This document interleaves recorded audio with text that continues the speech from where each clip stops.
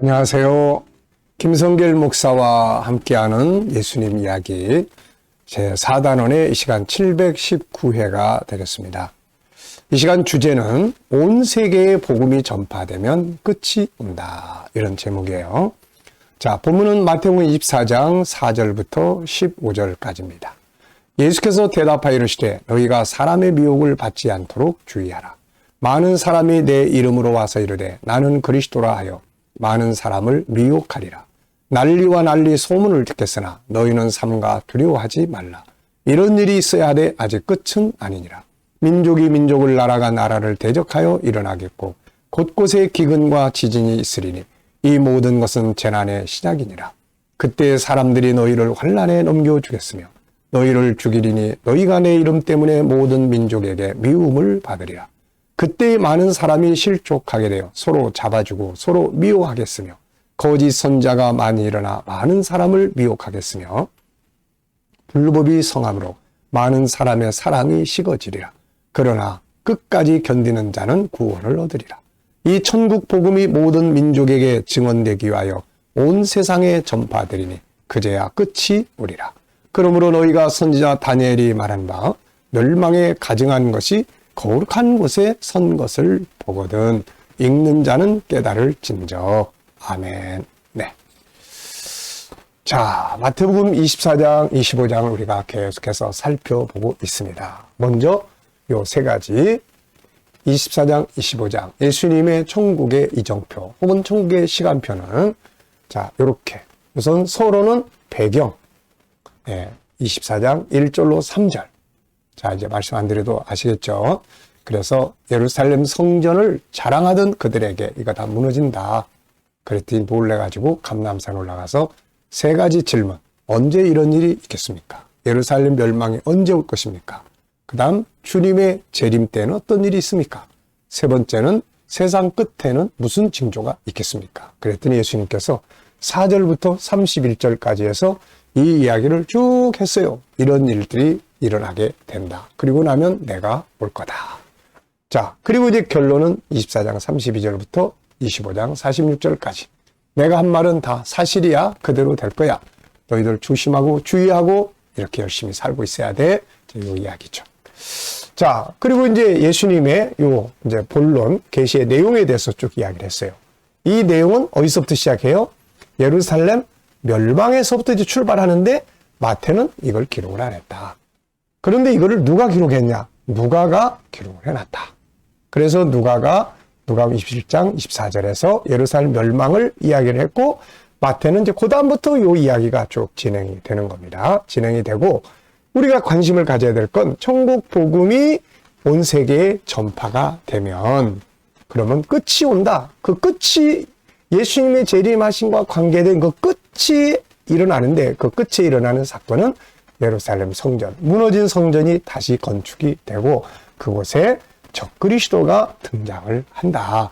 이 부분에 대해서 다니엘에서 9장 26절, 17절에서 이야기를 해놨는데 26절은 예루살렘 멸망을 이야기를 했고 27절은 예루살렘 성전이 다시 건축이 되고 적그리스도가 등장하는 예수님의 말씀을 다니엘이가 이야기를 해놓은 거예요. 그래서 예수님께서 다니엘이 말한 바 이렇게 말씀하시는 거예요. 자, 그러면 요게 나타나기 전에 천국 복음이 온 세계에 전파된다 이렇게 말씀을 하셨거든요. 나머지 미혹, 전쟁, 기근, 지진, 크고 작은 환란들 이거는 항상 있어 왔던 일들이고 주님 오실 때가 되면 좀 더 많아진다 하는 차이점만 기억을 하시면 되겠고 예수님이 재림하시는 것과 관계돼서 우리가 직접적으로 생각해야 될 부분들은 천국 복음이 온 세계에 전파된다. 그 다음 끝에 일어나는 요 사건, 성전 건축, 적그리스도 등장. 요게 딱 눈에 보이면 이제 예수님이 재림하시는구나. 이렇게 아시면 되는 거예요. 자, 그래서 이제 이 시간에는 바로 천국 복음이 온 세계에 전파되는 요 이야기를 좀 하려고 합니다. 자, 이제 구약 시대 말고 우리가 이제 신약 시대로부터 시작을 해보려고 해요. 저는 이제 세계의 복음 전파, 이걸 이제 선교의 역사 이렇게 이야기를 합니다. 복음이 온 세계에 전해지는 게 이제 선교니까요. 그래서 저는 선교의 역사를 총 8단계로 정리를 좀 해보고 있어요. 이 8단계가 되면 다 이제 끝나는 거예요. 그러면 끝이 오는 겁니다. 자, 우선 제1단계. 물론 이 단계를 구별하는 건 이제 제가 하는 거니까 뭐 선교학자들의 이론이나 또 다른 분들의 견해는 또 그대로 존중을 하면 됩니다. 다만 저는 성경을 연구하고 선교 사역을 하면서 선교가 이런 흐름을 타고 세계에 흘러가는구나. 성경의 예언도 이런 흐름 속에서 예언되어 있구나 하는 것을 보면서 이렇게 정리를 한 겁니다. 참고하시면 되겠어요. 자, 1단계는 초대교회의 복음운동입니다. 사도행전 시대죠. 그래서 사도행전 예수님이 승천하시고 사도행전 시대에 복음이 이제 예루살렘에서부터 전파돼요. 그래서 사도행전 2장부터 복음이 전파되면서 어떻게 이제 발전이 됩니까?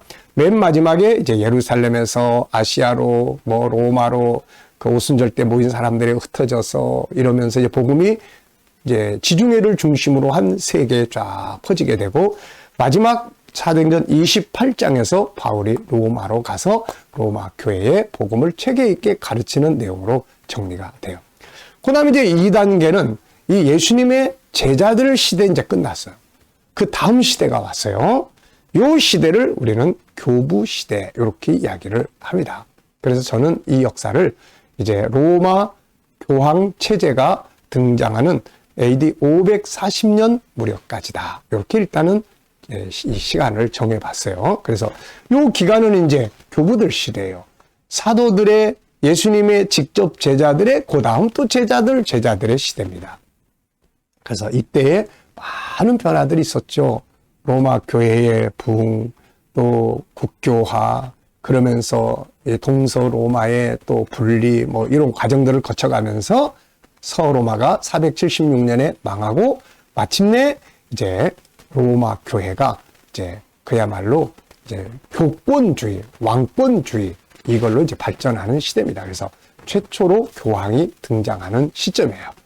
자, 그 다음에 이제 3단계로 이제 구분을 해보면은 이제 AD 540년부터 1517년인데 이 기간은 1517년은 루터가 종교 개혁을 한 시대예요. 그래서 한 1000년 동안을 로마 교황청에 의해서 이 이외의 이론은 대부분 이단자로 몰리거나 이렇게 해서 특히 로마 교황청이 정치화되는, 세속화되는, 그리고 마침내 부패하고 타락하는 이런 이제 상황이 오게 됐던 거죠. 자, 이런 시대에 이제 개혁자들이 등장을 하면서 복음이 전파되고 또 한 부분은 식민지화 시대를 거쳐가면서 이제 복음이 또 식민지 국가들에게 캐톨릭은 캐톨릭대로 이렇게 전파되기 시작을 했던 거죠. 그리고 마침내 4단계는 1517년 종교개혁의 시대부터 1917년 1917년은 뭐냐면 공산주의 혁명이 러시아에서 일어난 때예요. 그래서 이때에 루터를 비롯한 많은 개혁자들이 개혁을 하기 시작을 했고 개신교의 등장과 선교 사역들이 온 세계에 퍼져가기 시작합니다. 자, 종교개혁만이 아니라 사회 전반에 대한 개혁이 일어나기 시작했고 소위 말하면 르네상스, 유럽의 인본주의 문명이 다시 출발을 하게 되죠. 농업사회에서 산업사회로, 그리고 신대륙 탐험, 식민지화 시대, 유럽 열강들이 세계를 식민지화하는 시대. 역설적으로 세계를 식민지화할 때 그곳에 꼭 정치가도 가고 상업도 가고 그 다음에 선교사들이 꼭 갔습니다. 그래가지고 온 세계에 복음이 전파되는 시기가 왔죠. 이때는 식민 정치과 함께 부정적 흉내도 많았죠. 그래서 너네 예수는 너네가 가져가고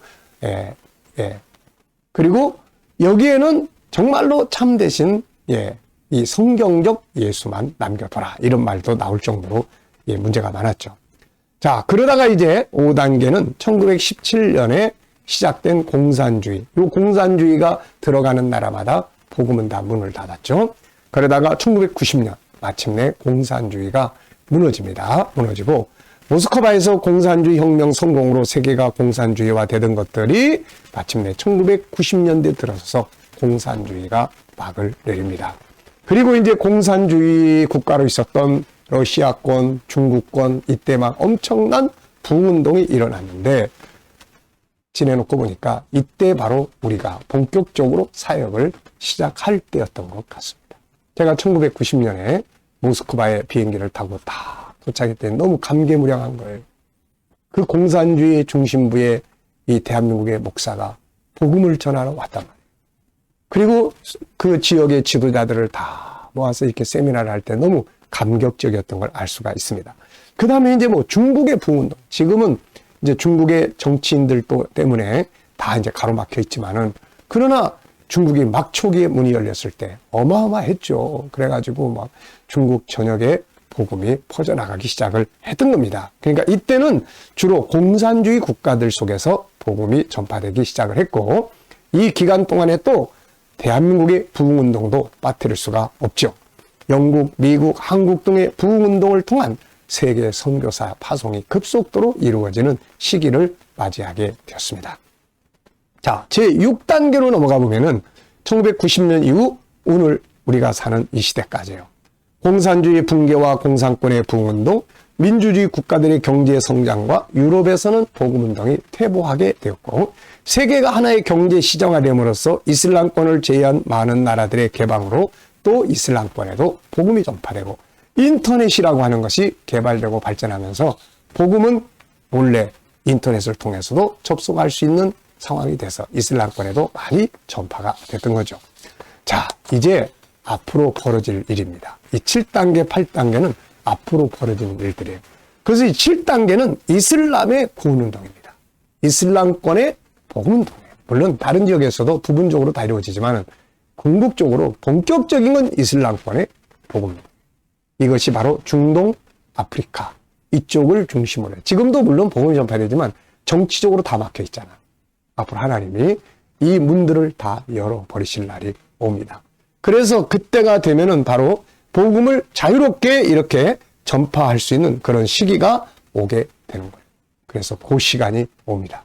그 다음에 이제 마지막 단계는 그 시기가 넘어가고 나면 맨 마지막에 요거는 이제 적그리스도가 등장하는 상황이에요. 요 시점에 유대인들이 이제 마지막으로 저 예루살렘 복음운동의 시작한 출발지음이었던 예루살렘에서 대대적 민족적인 회개운동이 일어나게 됩니다. 제8단계죠. 이렇게 해서 하나님의 구원 역사가 막을 내리고 드디어 예수 그리스도께서 재림하시게 되는 겁니다. 자, 우리는 이런 역사적 과정을 통해서 선교 사역에 함께하고 있습니다. 자, 1단계는 초대교회의 부흥운동, 2단계는 교부시대, 3단계는 공산주의 혁명이 이 루터의 종교개혁 이전까지 천주교의 부패와 타락의 시대, 제4단계는 개혁과 함께 공산주의 혁명이 등장할 때까지, 제5단계는 공산주의 혁명으로부터 무너지는 데까지, 제6단계는 그 뒤로부터 오늘에 이르기까지 세계 속에 복음이 어떻게 전파되고 있는지를 살펴봤고요. 앞으로 올 단계, 7단계 이슬람의 마지막 부흥운동, 8단계는 적그리스도 등장 이후에 벌어지는 마지막 인류 역사 마지막의 구원 역사, 유대인들로 끝나게 됩니다. 자, 이 시간 말씀 여기서 마치겠습니다. 감사합니다.